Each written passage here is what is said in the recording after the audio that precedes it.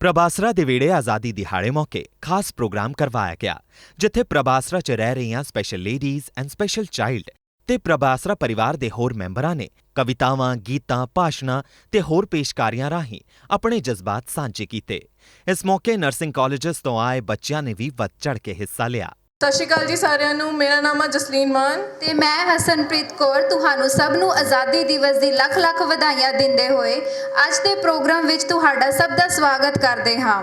15 ਅਗਸਤ 1947 ਹਰੇਕ ਭਾਰਤੀ ਲਈ ਸਭ ਤੋਂ ਮਹੱਤਵਪੂਰਨ ਤਾਰੀਖ ਹੈ।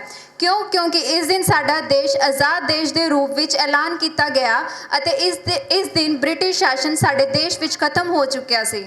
ਤਾਂ ਆਓ ਅੱਜ ਅਸੀਂ ਸਾਰੇ ਰਲ ਮਿਲ ਕੇ ਆਪਣੇ 75ਵੇਂ ਆਜ਼ਾਦੀ ਦਿਵਸ ਨੂੰ ਧੂਮਧਾਮ ਨਾਲ ਮਨਾਈਏ। ਸਭ ਤੋਂ ਪਹਿਲਾਂ ਆਪਾਂ ਰਸ਼ਮੀ ਨੂੰ ਫੀਮੇਲ ਚਾਈਲਡ ਵਾਰਡ ਤੋਂ ਸਟੇਜ ਤੇ ਬੁਲਾਉਣਾ ਚਾਹਾਂਗੇ। ਵਾਹਿਗੁਰੂ ਜੀ ਕਾ ਖਾਲਸਾ, ਵਾਹਿਗੁਰੂ ਜੀ ਕੀ ਫਤਿਹ। ਮੇਰਾ ਨਾਮ ਰੋਸ਼ਨੀ ਹੈ। ਮੈਂ ਅੱਜ ਆਜ਼ਾਦੀ ਦਿਵਸ ਦੀਆਂ ਵਧਾਈਆਂ ਤੁਹਾਨੂੰ ਸਾਰਿਆਂ ਨੂੰ। ਮੈਂ ਰੱਬ ਅੱਗੇ ਪ੍ਰਾਰਥਨਾ ਕਰਦੀ ਹਾਂ।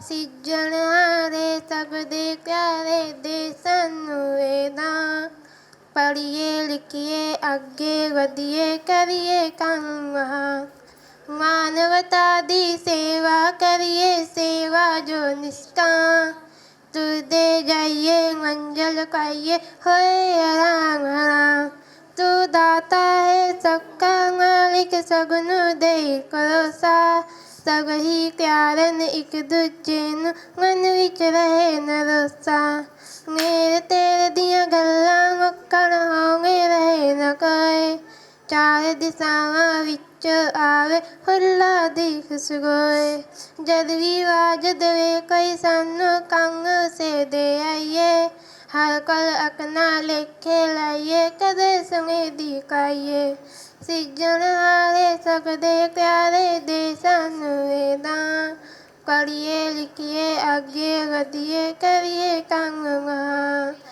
Thank you. Good evening everyone. मेरा नाम मनप्रीत कौर है। मैं Shri Sukhmani college of nursing की स्टूडेंट हूँ। आज मैं आप सबको एक पोइम सुनाने जा रही हूँ जिसका नाम है मैं भारत का जवान हूँ। मैं दुश्मन से नहीं डरता, मैं भारत का जवान हूँ। मैं दुश्मन से नहीं डरता, मैं भारत का जवान हूँ। मरुस्थल की रेत हूँ, सियाचिन का आसमान हूँ। मैं दुश्मन से नहीं डरता, मैं भारत का जवान हूँ। मैं जून में जलती रेत पर लेटे कहता हूँ सर्दी आज कम है। दिसंबर की ठंड पी कर कहता हूँ गर्मी का मौसम है। मैं बर्फ़ में 9 दिन दफन रहकर ज़िंदा निकलता हूँ। सीने में अपनी सांस को टुकड़ों में भरता हूँ।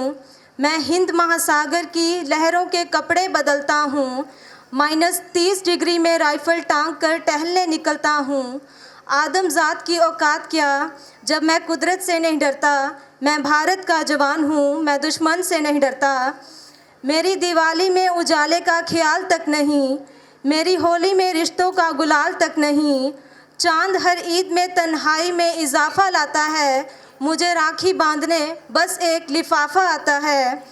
अपनी माँ के पैर छुए मुझे एक अरसा हो गया, मेरा बाप मेरे इंतज़ार में बूढ़ा हो गया। मेरी बीबी सिंदूर लगाकर भी लगती कुंवारी है। मैंने सहूलत का गला घोंटा, ज़रूरत नकारी है।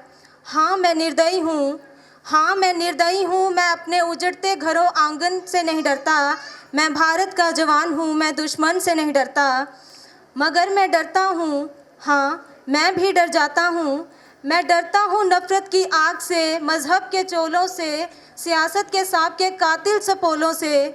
हवा में फैली अफवाह से डरता हूँ, मैं सैलाब एक गुमराह से डरता हूँ।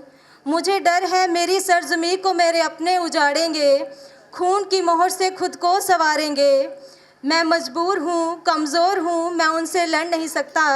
अपनों की तरफ बंदूक लेकर खड़ नहीं सकता। मैं बस बोल सकता हूँ, मैं बहरों की तरह गूंगा। तुम्हारे कान पर है हाथ मगर फिर भी मैं बोलूँगा। हज़ारों साल की सभ्यता को गौर से देखो, सुनो आवाज़ तुम मन की, ज़रा गहराई से सोचो। तुम्हें क्या सच में लगता है कोई अपना पर आया है, हुआ पैदा जो इस देश में बाहर से आया है। सभी का खून है शामिल, लगी कुर्बानियाँ सबकी कि हमने हड्डियों को जोड़कर भारत बनाया है। तुम्हें अगर इश्क है इससे तो इसको दिल से अपनाओ, कोई पूछे अगर मजहब तो हिंदुस्तान बतलाओ। कभी ना तोड़ पाएगी कोई आंधी सियासत के जुड़ो ऐसी जड़ों से ज़िंदगी की जान कहलाओ। पहाड़ी वादियाँ मैदान साहिल हो या सहरा हो, तिरंगा 3 रंगों से बने दिखता सुनहरा हो। युवा हर प्राण यह प्रण ले, सड़क पर खून ना होगा, मैं सरहद पर खड़ा हूँ तुम मेरे आंगन में पहरा दो। मैं सरहद पर खड़ा हूँ तुम मेरे आंगन में पहरा दो। Thank you. ਭੁੱਲੇ ਅਸੀਂ ਤੈਨੂੰ ਤੇ ਤੇਰੀ ਕੁਰਬਾਨੀ ਨੂੰ, ਤੈਨੂੰ ਛੱਡ ਸੀਨੇ ਲਾਇਆ ਚੀਜ਼ ਬੇਗਾਨੀ ਨੂੰ। ਗੱਡੀ ਪਿੱਛੇ ਫੋਟੋ ਲਾ ਕੇ ਗੱਲ ਨਹੀਂ ਓ ਬਣਨੀ। फिर इकट्ठे होके सोचना पवेगा कि असली रुतबे दा हकदार कौन है, तक्के नाल थोपिया ते सच्चा प्यार कौन है। ਹੁਣ ਅਸੀਂ ਫੀਮੇਲ ਚਾਈਲਡ ਵਾਰਡ ਤੋਂ ਕੁਸੁਮ ਨੂੰ ਸਟੇਜ ਤੇ ਬੁਲਾਉਣਾ ਚਾਹਾਂਗੇ ਤਾਂ ਕਿ ਉਹ ਆ ਕੇ ਆਪਣਾ ਭਾਸ਼ਣ ਦੇਵੇ। मेरे वालों सभी अध्यापकों और प्यारे मित्रों को शाम की नमस्कार। इस महान राष्ट्रीय पर्व को मनाने के लिए हम आज सब इकट्ठा हुए हैं। जैसा कि हम जानते हैं कि स्वतंत्रता दिवस हम सभी के लिए एक मंगल अवसर है। ये सभी भारतीय नागरिकों के लिए बहुत महत्वपूर्ण दिन है तथा ये इतिहास में सदा के लिए उल्लेखित हो चुका है। ये भी दिन है जब भारत महान स्वतंत्रता सेनानियों द्वारा वर्षों के कड़े संघर्ष के बाद ब्रिटिश शासन से हमें आज़ादी मिली। भारत को आज़ादी के पहले दिन को याद करने के लिए हम हर साल 15 अगस्त को स्वतंत्रता दिवस से रूप के मनाते हैं। साथ ही साथ उन सभी महान नेताओं के बलिदानों को याद करते हैं जिन्होंने भारत की आज़ादी के लिए अपनी आहुति दी। ब्रिटिश शासन से 15 अगस्त 1947 में भारत को स्वतंत्रता मिली। आज़ादी हमें अपनी राष्ट्रीय और मातृभूमि में सारे मूलशत अधिकार मिले। हमें अपने भारतीय होने पर गर्व होना चाहिए और सौभाग्य की प्रशंसा करनी चाहिए कि हम आज़ाद भारत में जन्मे हैं। हम यहाँ बैठ के इस बात की कल्पना नहीं कर सकते कि ब्रिटिश शासन से आज़ादी लेनी कितनी मुश्किल थी। कई महान स्वतंत्रता सेनानियों ने संघर्ष किया और अपने पूरे जीवन को आज़ादी के लिए दे दिया। कैसे हम नेताजी और गांधी जी के संघर्षों के नज़रअंदाज कर सकते हैं। गांधी जी एक महान व्यक्ति थे जिन्होंने भारतीयों को अहिंसा का पाठ पढ़ाया था।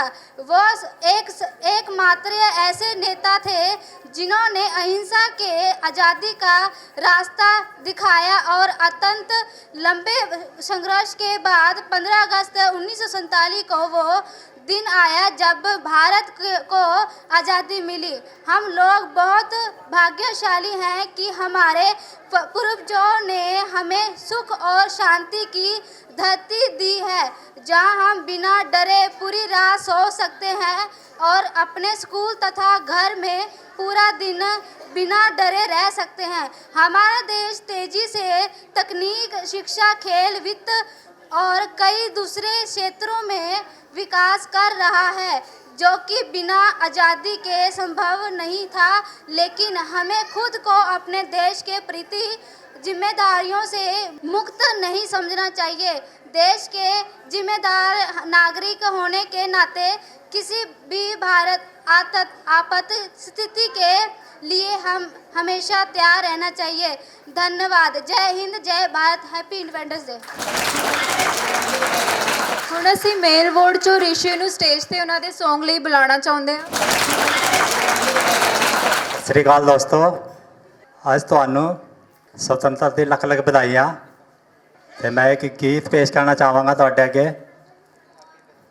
ਅਰਦਾਸ ਕਰਾਂ, ਅਰਦਾਸ ਕਰਾਂ, ਅਰਦਾਸ ਕਰਾਂ, हर सांस करां मेरे प्रीत मानियो अरदास करां अरदास करां हर सांस करां मेरे प्रीत मानियो दाता तो बख्शण हारा दाता तो बख्शण हारा कर सब दा पार उतारा मेरे प्रीत मानियो अरदास करां अरदास करां हर सांस करां मेरे प्रीत मानियो तेरा एक नूर मिले पानी दा सुर मिले हो जाए दूर अंधियारा नाम वाली दात मिले कीमत सौगात मिले सफल हो जन्म हमारा तेरा एक नूर मिले पानी दा सुर मिले हो जाए दूर अंधियारा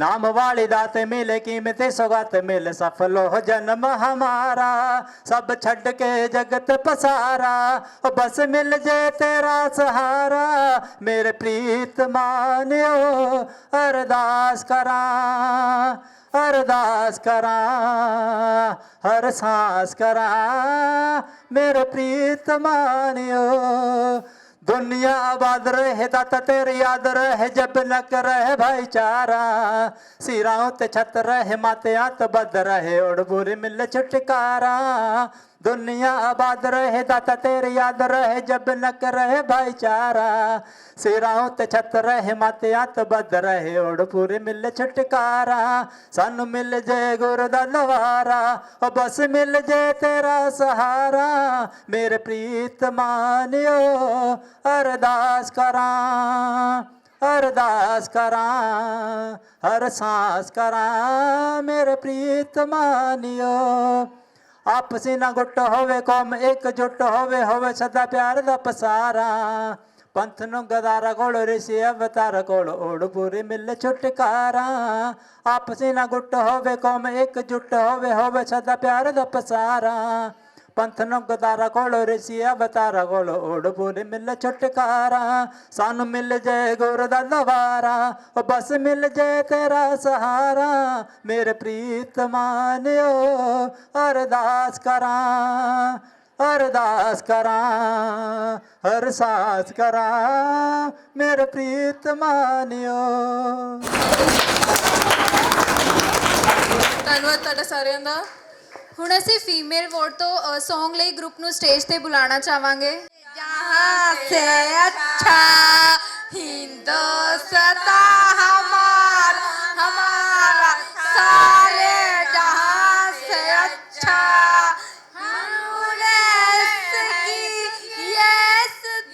हमारा हमारा सारे जहाँ से अच्छा हिंदुस्तान हमारा हमारा सारे जहाँ से अच्छा गोद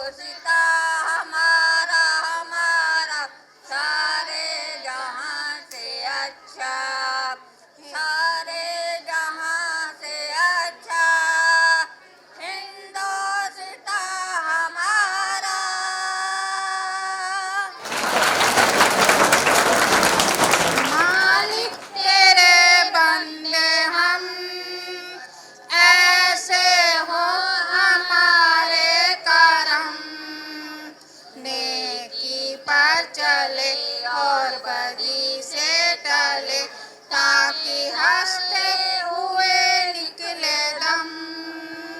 ऐ मालिक तेरे बंदे हम, ये अंधेरा घना छा रहा, तेरा इंसान घबरा रहा। ये अंधेरा घना छा रहा, तेरा इंसान घबरा रहा। हो रहा बेखबर कुछ ना आता नजर, सुबह सूरज छिपा जा रहा है। तेरी रोशनी में जो दम, तू अमावस को कर दे पूनम। नेकी पर चले और बदी से टले, ताकि हंसते हुए निकले दम। ऐ मालिक तेरे बंदे हम, पर्व जुल्मा का हो सामना, तब तू ही हमें थामना। जब जुल्मा का हो सामना, तब तू ही हमें थामना। वो बुराई करे हम भलाई करे, नहीं बदलेगी वो भावना। बढ़ उठे प्यार का हर कदम, और मिटे वैर का ये भरम। नेकी पर चले और बदी से टले, ताकि हंसते हुए निकले दम।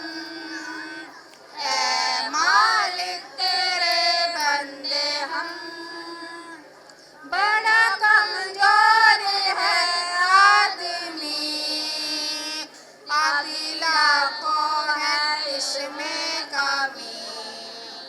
बड़ा कमजोर है आदमी, अभी लाखों है इसमें कमी।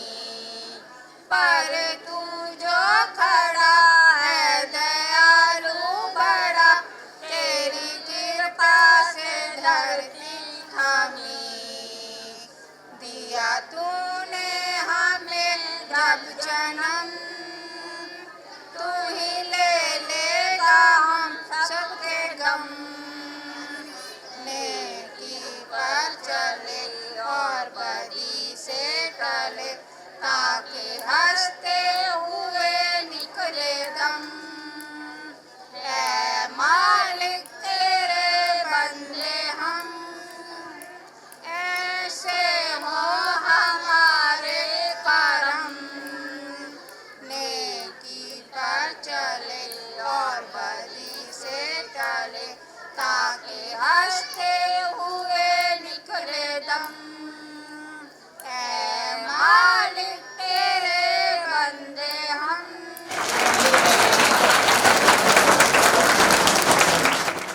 सब तो पहला सलाम जिन्हें सिरजा कुल जहान। दूजा इस दुनिया 'ਚ ਅਸੀਂ ਦੇਖਦੇ ਹਾਂ ਵੀ ਤਖਤਾਂ ਤੇ ਤਾਜਾਂ ਲਈ ਪੈਸੇ ਤੇ ਪਦਾਰਥ ਲਈ ਸਾਰੇ ਹੀ ਲੜਦੇ ਨੇ, ਸਾਰੇ ਹੀ ਮਰਦੇ ਨੇ, ਸਾਰੇ ਹੀ ਕੋਸ਼ਿਸ਼ ਕਰਦੇ ਨੇ। ਪਰ ਅੱਜ ਜਿਨ੍ਹਾਂ ਮਹਾਨ ਸ਼ਹੀਦਾਂ ਨੂੰ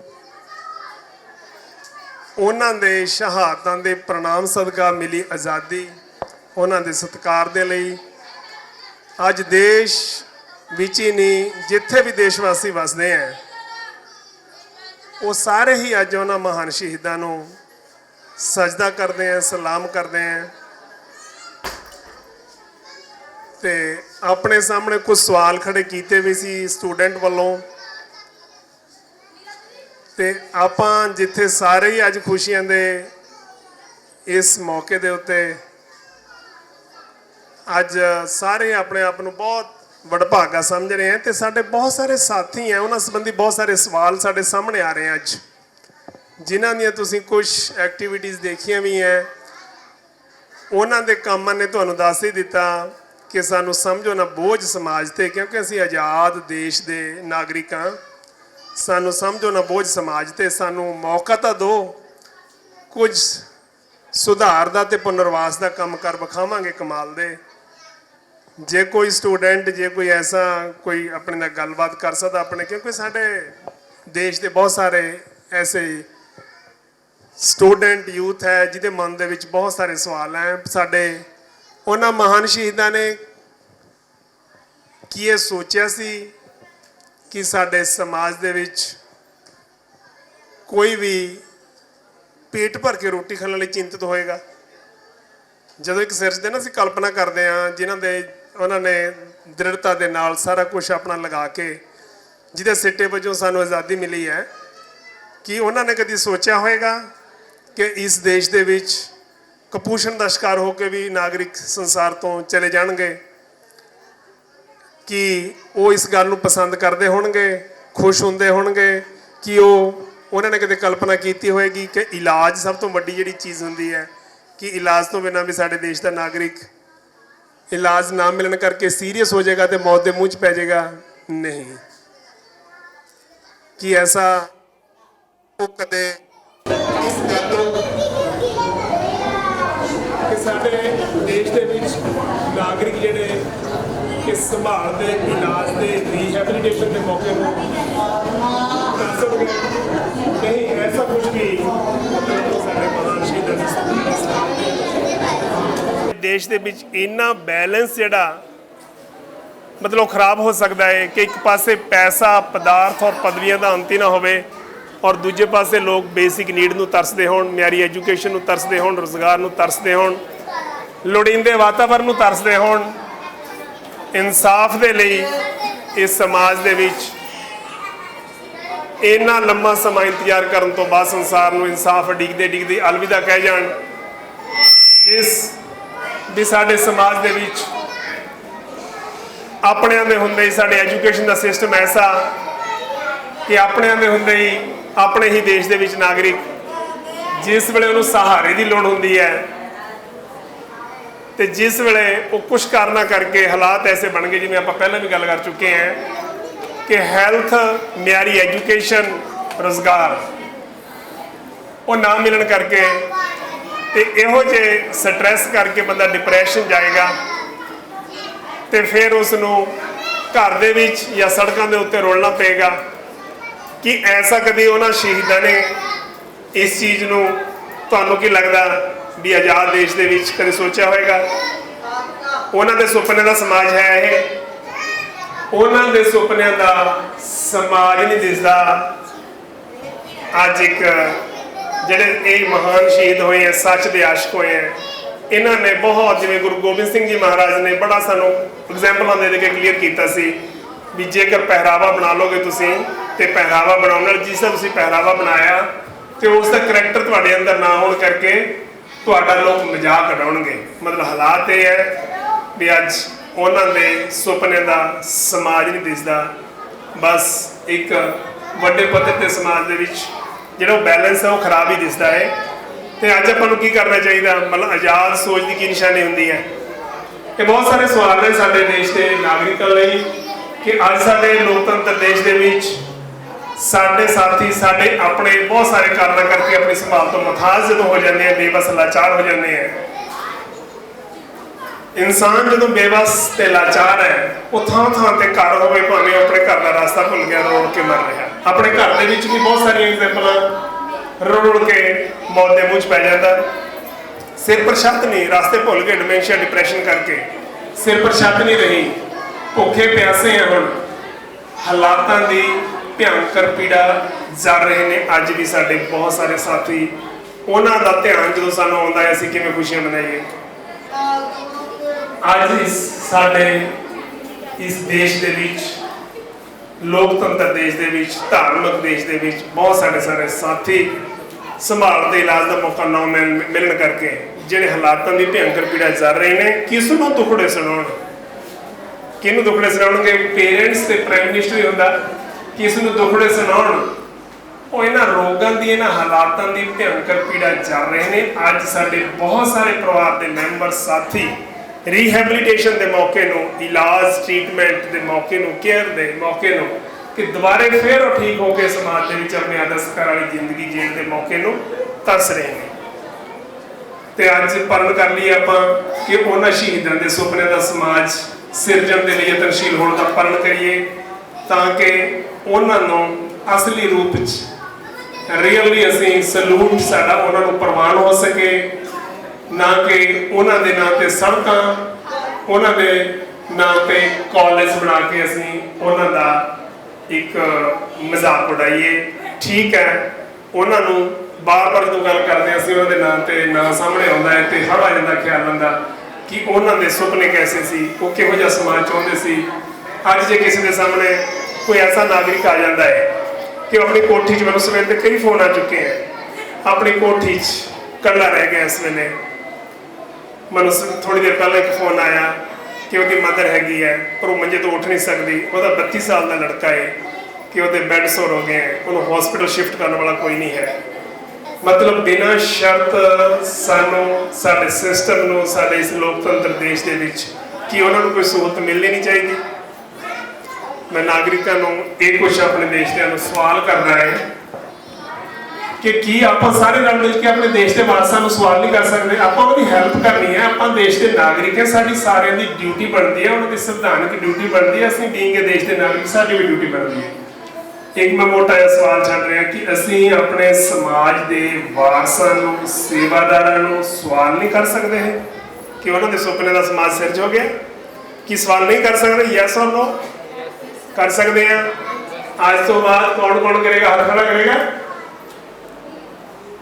ਕੌਣ ਕੌਣ ਸਵਾਲ ਕਰੇਗਾ ਕਿ ਸ਼ਹੀਦਾਂ ਦੇ ਸੁਪਨਿਆਂ ਦਾ, ਉਹਨਾਂ ਨੇ ਜੋ ਇਨਸਾਨੀਅਤ ਦੇ ਆਸ਼ਿਕ ਸੀ, ਇਨਸਾਨੀਅਤ ਨੂੰ ਜ਼ਿੰਦਾ ਰੱਖਣ ਦੇ ਲਈ ਸਭ ਕੁਝ ਕੁਰਬਾਨ ਕਰ ਦਿੱਤਾ, ਛੋਟੀ ਛੋਟੀ ਉਮਰ ਦੇ ਵਿੱਚ ਕਤਰਾ ਕਤਰਾ ਖੂਨ ਦਾ ਵਹਾ ਕੇ ਸਾਨੂੰ ਆਜ਼ਾਦੀ ਦਵਾਈ ਹੈ, ਕਿ ਅਸੀਂ ਉਹਨਾਂ ਦੇ ਸੁਪਨਿਆਂ ਦੇ ਸਮਾਜ ਦੇ ਲਈ ਸਵਾਲ ਨਹੀਂ ਕਰ ਸਕਦੇ? ਕਰ ਸਕਦੇ ਹਾਂ।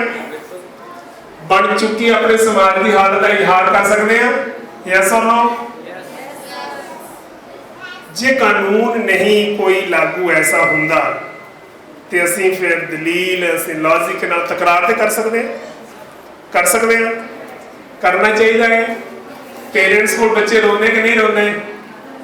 ਠੀਕ ਹੈ, ਆਪਾਂ ਨੇ ਉਹਨਾਂ ਦੇ ਸਾਹਮਣੇ ਆਪਣੀਆਂ, ਆਪਣੇ ਸਾਥੀਆਂ ਦੀਆਂ ਸਮੱਸਿਆਵਾਂ ਰੱਖਣੀਆਂ।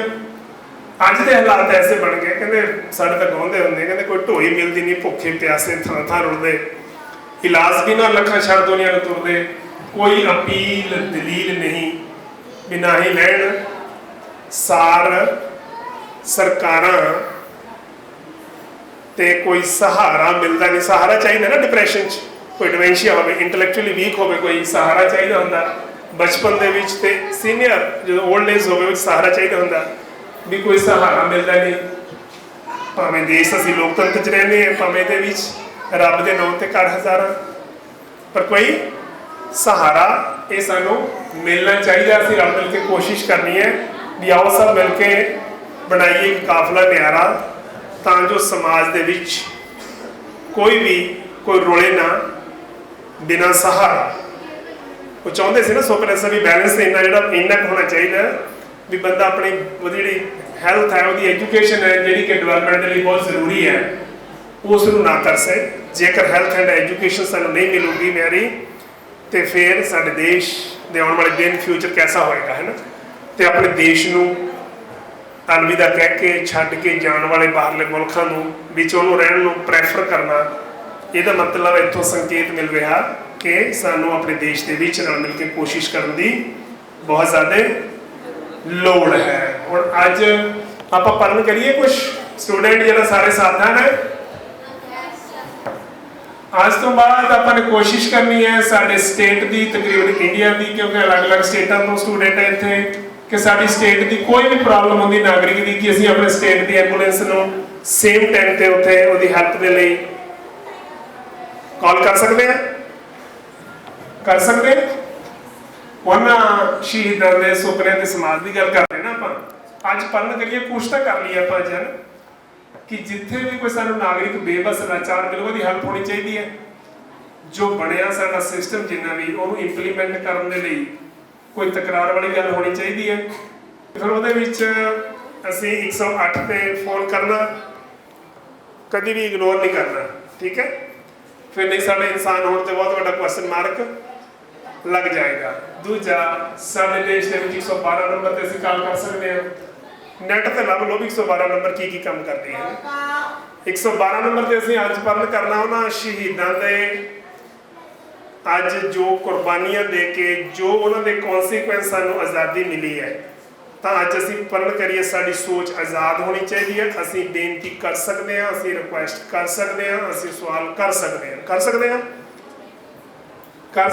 ਅੱਜ ਪਰਨ ਕਰੋ ਕਿ ਅਸੀਂ ਪਹਿਲੀ ਗੱਲ ਕੋਈ ਐਸੀ ਮਿਸਹੈਪਨਿੰਗ ਹੋਵੇ 108 ਤੇ ਫੋਨ ਕਰਾਂਗੇ, ਫਿਰ 112 ਨੰਬਰ ਦੀ ਲੋੜ ਪਵੇ ਤਾਂ 112 ਨੰਬਰ ਤੁਸੀਂ ਦੇਖ ਲੈਣਾ ਕਿ ਕੋਈ ਵੀ ਹਾਲਾਤ ਬਹੁਤ ਤਰ੍ਹਾਂ ਦੀਆਂ ਹੈਲਪ ਜਿਹੜੀਆਂ ਹੈਗੀਆਂ 112 ਨੰਬਰ ਤੇ ਅਵੇਲੇਬਲ ਹੈ। ਹੁਣ ਡਿਟੇਲ 'ਚ ਜਾਵਾਂਗਾ ਮੈਂ, ਟਾਈਮ ਬਹੁਤ ਹੋ ਜਾਏਗਾ।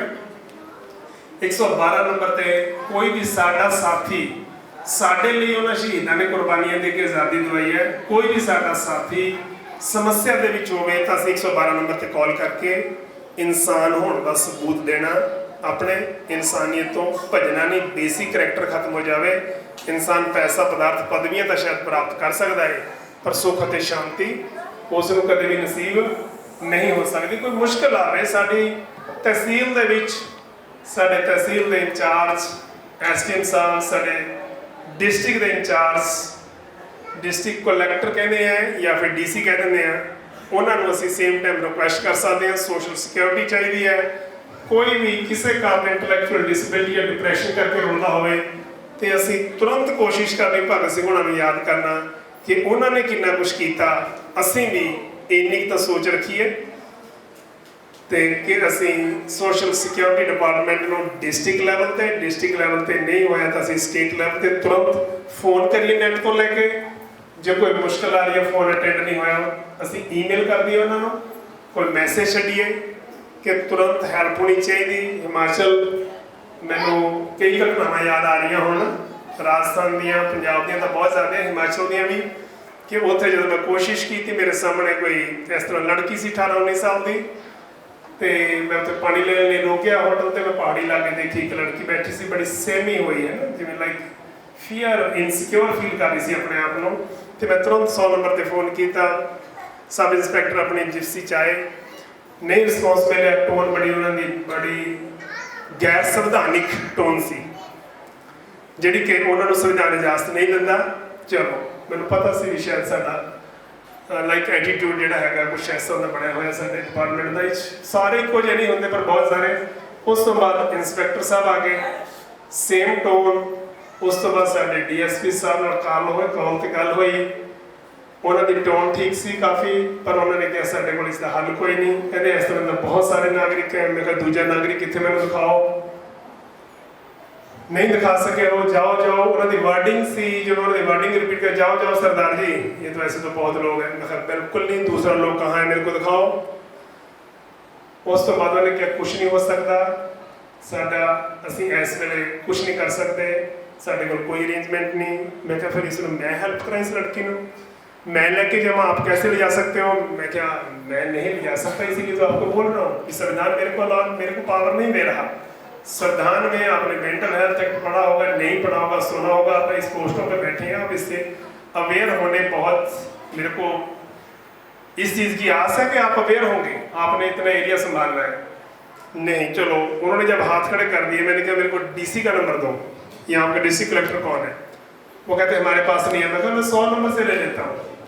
मैं नौजवानों को बेनती करदा, ਜਿਹੜੇ ਨੌਜਵਾਨ ਇੱਥੇ ਬੈਠੇ ਆ, ਇੰਨੀ ਗਰਮੀ ਦੇ ਵਿੱਚ ਬੈਠੇ ਆ, ਮੈਂ ਉਹਨਾਂ ਨੂੰ ਬੇਨਤੀ ਕਰਦਾ ਕਿ ਇਹ ਟਾਈਮ ਵੇਸਟ ਨਾ ਕਿਤੇ ਆਪਣਾ ਹੋ ਜਾਵੇ। ਇਸ ਦੇ ਉੱਤੇ ਕੋਸ਼ਿਸ਼ ਕਰਨੀ ਹੈ ਅਸੀਂ ਆਪਣੇ ਲਈ। ਤੁਹਾਡੀ ਪਰਸਨੈਲਿਟੀ ਇਸ ਦੇ ਨਾਲ ਹੀ ਡਿਵੈਲਪ ਹੋਣੀ ਹੈ, ਤੁਹਾਨੂੰ ਸਟਰੈਂਥ ਇਸ ਦੇ ਨਾਲ ਮਿਲਣੀ ਹੈ।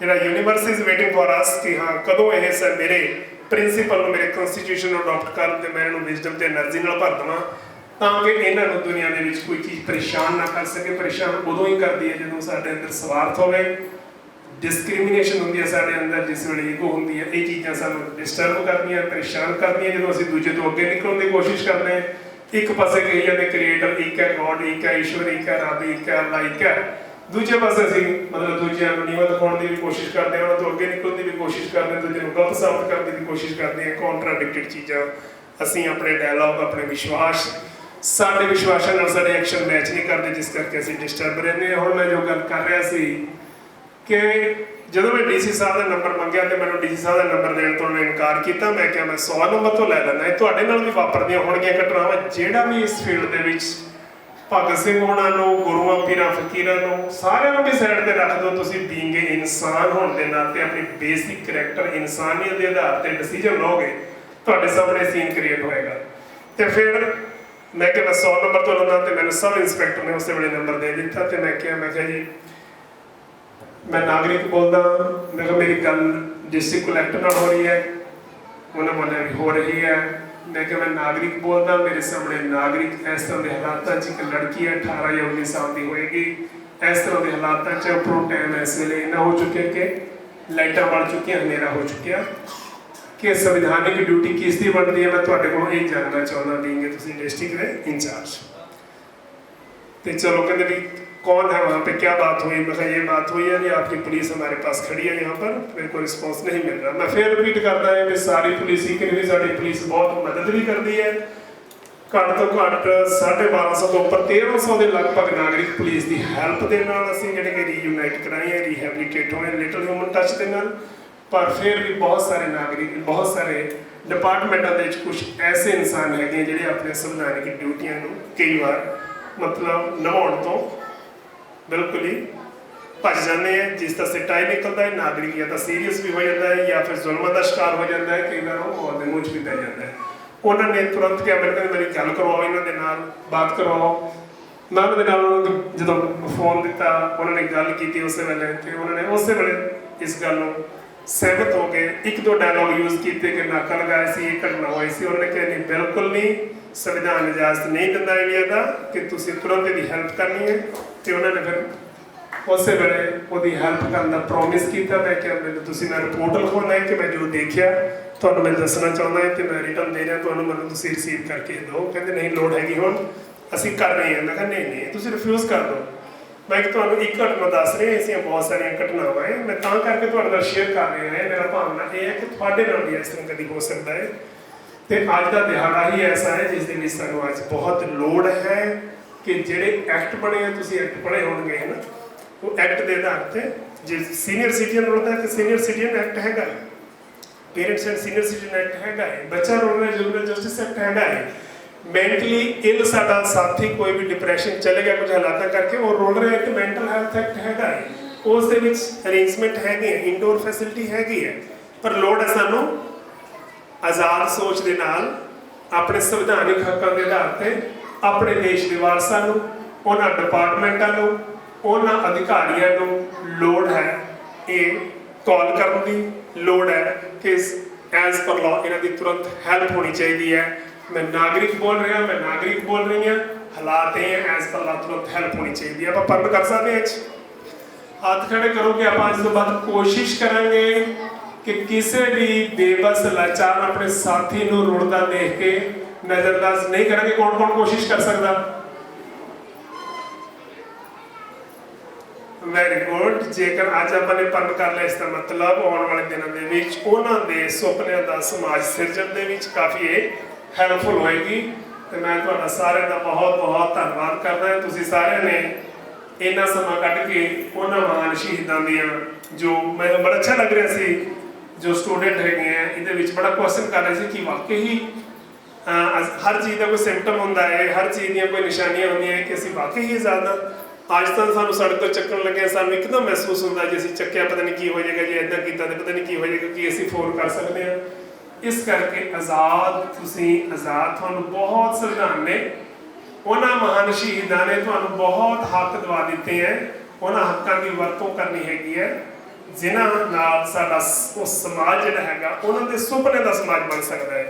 इस करके अज आपां सारे कोशिश करिए भी आओ सब मिल के बनाइए काफला न्यारा, तां जो समाज विच कोई भी रोले ना बेसहारा ते आपां उन्हां दे सुपने का समाज सिरज सकीए न्यारा।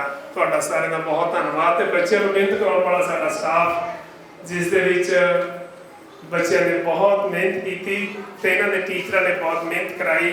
ਸਮੁੱਚੀ ਟੀਮ ਜਿਹੜੀ ਪ੍ਰਭਾ ਆਸਰਾ ਦੀ ਹੈ, ਮੈਂ ਸਾਰੀ ਨੂੰ ਸਲੂਟ ਕਰਦਾ ਹਾਂ ਜੀ ਦੀ ਮਿਹਨਤ ਸਦਕਾ, ਪਰਮਾਤਮਾ ਦੀ ਕਿਰਪਾ ਸਦਕਾ ਔਰ ਇੰਨਾ ਵੱਡਾ ਕੰਟਰੀਬਿਊਸ਼ਨ ਸਮਾਜਦਰਦੀਆਂ ਦਾ, ਜਿਸ ਦੇ ਨਾਲ ਹੁਣ ਤੱਕ ਇੰਨੇ ਨਾਗਰਿਕ ਜਿਹਨੂੰ ਕਿ 1900 ਤੋਂ ਵੀ ਉੱਪਰ ਨਾਗਰਿਕ ਜਿਨ੍ਹਾਂ ਨੂੰ ਇੱਥੇ ਦਾਖਲ ਹੋਣ ਦਾ ਮੌਕਾ ਮਿਲਿਆ, ਇੰਪਰੂਵਮੈਂਟ ਜਿਨ੍ਹਾਂ ਦੇ ਅੰਦਰ ਹੋਈ ਹੈ, ਜਿਹੜੇ ਅੱਜ ਫਿਰ ਆਪਣੇ ਵਾਰਸਾਂ ਕੋਲ ਪਹੁੰਚ ਚੁੱਕੇ ਹੈ, ਉਹ ਵੀ ਸਾਡੇ 1200 ਤੋਂ ਉੱਪਰ ਨਾਗਰਿਕ ਤੇ ਇੱਥੇ ਜਿਹੜੇ ਕਿ ਸੰਭਾਲ ਇਲਾਜ ਤੇ ਰੀਹੈਬਿਲਿਟੇਸ਼ਨ, ਹੈਲਥ, ਐਜੂਕੇਸ਼ਨ ਜਿਨ੍ਹਾਂ ਦੀ, ਤੇ ਨਾਲ ਦੇ ਨਾਲ ਉਹਨਾਂ ਦੀ ਵੋਕੇਸ਼ਨਲ ਤੇ ਨਾਲ ਦੇ ਨਾਲ ਉਹਨਾਂ ਦੀ ਸਪੈਸ਼ਲ ਐਜੂਕੇਸ਼ਨ, ਉਹਨਾਂ ਨੂੰ ਪੈਰਾਂ ਤੇ ਖੜੇ ਕਰਨ ਦੀ ਕੋਸ਼ਿਸ਼ ਕੀਤੀ ਜਾ ਰਹੀ। ਅਸੀਂ ਚਾਹੁੰਦੇ ਹਾਂ ਕਿ ਸਾਰੇ ਸਾਡੇ ਦੇਸ਼ ਦੇ ਵਿੱਚ, ਹਰ ਸਟੇਟ ਦੇ ਵਿੱਚ, ਹਰ ਜ਼ਿਲ੍ਹੇ ਦੇ ਵਿੱਚ ਸਾਡੇ ਫਰਜ਼ ਬਣਦੇ ਆ ਅਸੀਂ ਸਰਕਾਰ ਇੱਕ ਪਾਲਿਸੀ ਬਣਾਵੇ ਤੇ ਉੱਥੋਂ ਦੇ ਸੋਸ਼ਲ ਵਰਕਰ, ਤੁਹਾਡੇ ਵਰਗੇ ਯੂਥ, ਸਟੂਡੈਂਟ ਰਲ ਮਿਲ ਕੇ ਨਾਲ ਕੋਸ਼ਿਸ਼ ਕਰਨ ਤਾਂ ਕਿ ਸਾਡੇ ਸਾਹਮਣੇ ਕੋਈ ਵੀ ਸਾਡੇ ਦੇਸ਼ ਦਾ ਨਾਗਰਿਕ ਸੜਕਾਂ ਤੇ ਨਾ ਰੁਲੇ ਜਾਂ ਆਪਣੇ ਘਰਾਂ ਦੇ ਵਿੱਚ ਸੀਰੀਅਸ ਨਾ ਹੋਵੇ, ਮੌਤ ਦੇ ਮੂੰਹ 'ਚ ਨਾ ਪਵੇ। ਜਿੰਨੀਆਂ ਵੀ ਆਪਾਂ ਗੱਲਾਂ ਕਰੀਆਂ, ਜੇ ਆਪਾਂ ਥੋੜ੍ਹਾ ਜਿਹਾ ਧਿਆਨ ਦੇ ਕੇ ਇਸ ਦੇ ਆਧਾਰ ਤੇ ਕੋਸ਼ਿਸ਼ ਕਰਾਂਗੇ, ਪਰਨ ਕਰਾਂਗੇ ਯਤਨਸ਼ੀਲ ਹੋਣ ਦਾ, ਤਾਂ ਆਉਣ ਵਾਲੇ ਦਿਨਾਂ ਦੇ ਵਿੱਚ ਉਹਨਾਂ ਦੇ ਸੁਪਨੇ ਦਾ ਸਮਾਜ ਸਿਰਜਣਾ ਸ਼ੁਰੂ ਕਰ ਸਕਾਂਗੇ। ਪਰਮਾਤਮਾ ਤੁਹਾਨੂੰ ਸਾਰਿਆਂ ਨੂੰ ਸ਼ਕਤੀਆਂ ਬਖਸ਼ੇ ਤਾਂ ਜੋ ਅਸੀਂ ਰਲ ਮਿਲ ਕੇ ਐਸਾ ਸਮਾਜ ਦੀ ਸਿਰਜਣਾ ਦੇ ਵਿੱਚ ਆਪਣਾ ਯੋਗਦਾਨ ਪਾ ਸਕੀਏ। ਭੁੱਲ ਚੁੱਕ ਦੀ ਖੀਮਾ ਸਮਾਜ ਆਦਿ ਲੈ ਲਿਆ। ਵਾਹਿਗੁਰੂ ਜੀ ਕਾ ਖਾਲਸਾ, ਵਾਹਿਗੁਰੂ ਜੀ ਕੀ ਫਤਿਹ।